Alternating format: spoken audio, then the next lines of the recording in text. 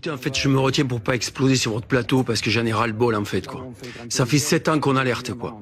Ça fait 7 ans qu'on vous dit qu'on a besoin des arbres, ça fait 7 ans qu'on les grimpe, qu'on est sur la 69, qu'on empêche des chantiers tout pourris qui sont en train d'abîmer les arbres un petit peu de partout. Les seuls climatiseurs aujourd'hui dont vous devez parler, c'est les arbres, bon sang. Arrêtez de nous parler de la climatisation électrique, Tout le monde ne vit pas à la campagne, tout le monde n'a pas les moyens. Quand on parle, évidemment, tout à l'heure, on était avec Jérémy Normand au bas de ces barres d'immeubles. S'il vous plaît, hier, j'étais à Port de Châtillon, d'accord. Si j'avais pas appelé les pompiers, il y a quelqu'un qui faisait en train de convulser sur le trottoir, d'accord. Vous pouvez appeler les pompiers, demandez-leur, c'est mon numéro de téléphone. Il avait 41,5 degrés, le monsieur, quoi, en température, d'accord.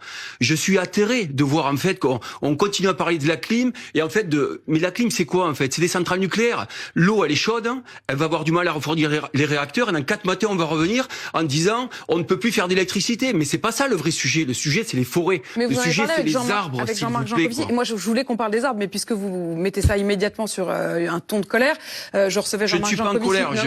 Je recevais Jean-Marc Jancovici vendredi, qui est quand même un des premiers à avoir alerté sur les questions climatiques, qui est extrêmement respecté, en tout cas me semble-t-il. Lui-même, il dit, au fond, la clim de manière urgente est aussi une solution. Mais pourquoi on n'écoute pas ces gens-là, en fait? Pourquoi à ma place, parce que j'ai fait 5,5 millions de vues sur les réseaux sociaux, pourquoi il n'y a pas tous les jours des scientifiques? Pourquoi vous bannissez pas les politiques des plateaux télé? Non, mais Jean-Marc Jancovici, écoutez-moi, s'il vous plaît, je termine juste. Oui, j'entends bien. Oui. Mais pourquoi vous bannissez pas des plateaux télé tous les politiques aujourd'hui qui se foutent royalement de ce qui va nous arriver demain? C'est la vraie question aujourd'hui. Pourquoi tous les jours vous n'écoutez pas les scientifiques? C'est dingue, en fait. Moi, ça me rend fou d'entendre ça. S'il fait chaud sur la planète, c'est parce qu'on a un déficit d'arbres. Les climatisateurs naturels, ce sont les arbres. Voilà, c'est tout, ça s'arrête là. Et ça nous coûte 0 €. La climatisation, elle vous coûte de l'argent. Les arbres, ils font ça gratos, quoi. Ils mangent toutes les cochonneries qu'on a balancées dans l'air depuis des centaines d'années. Et ils recrachent de l'air frais, de l'air bon, de l'oxygène. Donc, s'il vous plaît, axez vos reportages sur les arbres et la protection des forêts. Sur la nature, Emmanuel. Il y a dans les forêts. Parce que si on regarde en surface, la surface de la forêt en France, elle a augmenté. Qu'est-ce qui fait est-ce que notre forêt retient moins bien ou climatise moins bien qu'avant? Ouais, est-ce que c'est lié à ce qu'il y a comme arbres dans nos forêts? Je vais vous dire. Dans ma région, le Tarn, d'accord, j'habite dans le Tarn, on est en train de transformer les plantations, on est en train de transformer les forêts de feuilles diversifiées en plantations de monoculture. Ça ne marche pas. On fait des champs d'arbres comme on fait des champs de maïs. Voilà où est le problème en France. Il faut une diversité. Mais bien entendu, c'est comme ça. Mais c'est comme l'être humain. Si vous avez qu'un être humain, il est malade, en fait, il va donner un virus à tout le monde. C'est parce qu'on a une biodiversité de génome entre nous.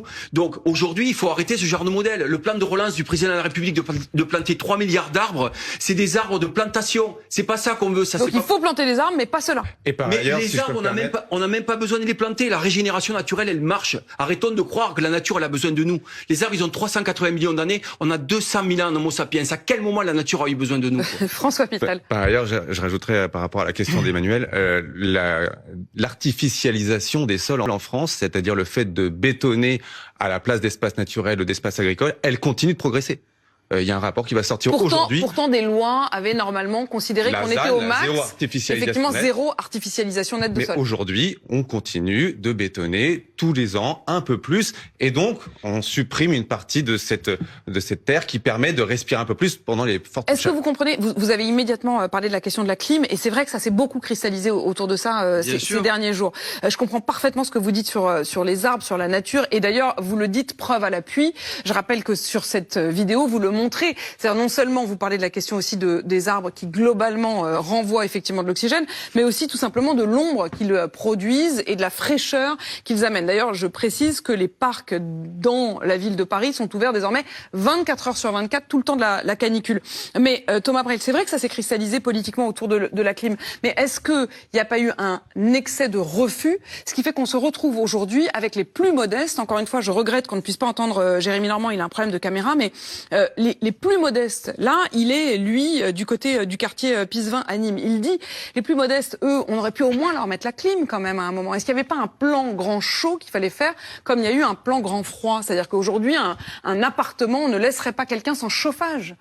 Mais écoutez, de toute façon, comme je l'ai dit dans la vidéo, on va avoir une amnésie collective dès que les températures vont baisser. Et tout va repartir. Et ça, je pense que vous avez tout à fait raison. Année après année, on le constate. En fait, on est incapable. En fait, pourtant, on se dit les plus intelligents sur cette planète. J'ai envie de vous dire, les plus intelligents, c'est les végétaux et tout le reste. Et même les animaux, ils sont plus intelligents que nous.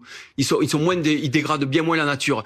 Mais à chaque fois, quand il va faire moins froid, en fait, on va se retrouver avec, on va parler d'autres choses. Et l'année prochaine, on va recommencer. Dès qu'on va avoir des 40, boum, et tout le monde et les médias, ils vont repartir, ils vont dire, ah ben oui, la clim. Écoutez, moi, si je suis un peu en colère ce matin, c'est parce que j'ai peur pour mon fils, quoi. Bon, ça, on a tous des enfants ici, quoi. On fait quoi pour eux, en fait? On se regarde, on arrive dans vos plateaux, ils sont climatisés. Coupez la clim, faites venir les politiques ici, et laissez-les parler sans climatisation. Mais d'ailleurs, chaque jour, je le dis, en réalité, c'est un scandale. Comment on a pu accepter qu'il y ait la clim dans les voitures, dans les bureaux, et qu'on laisse effectivement les gens dans des bouilloires thermiques, comme vous dites, la question évidemment de la rénovation thermique, et puis la question de l'urgence.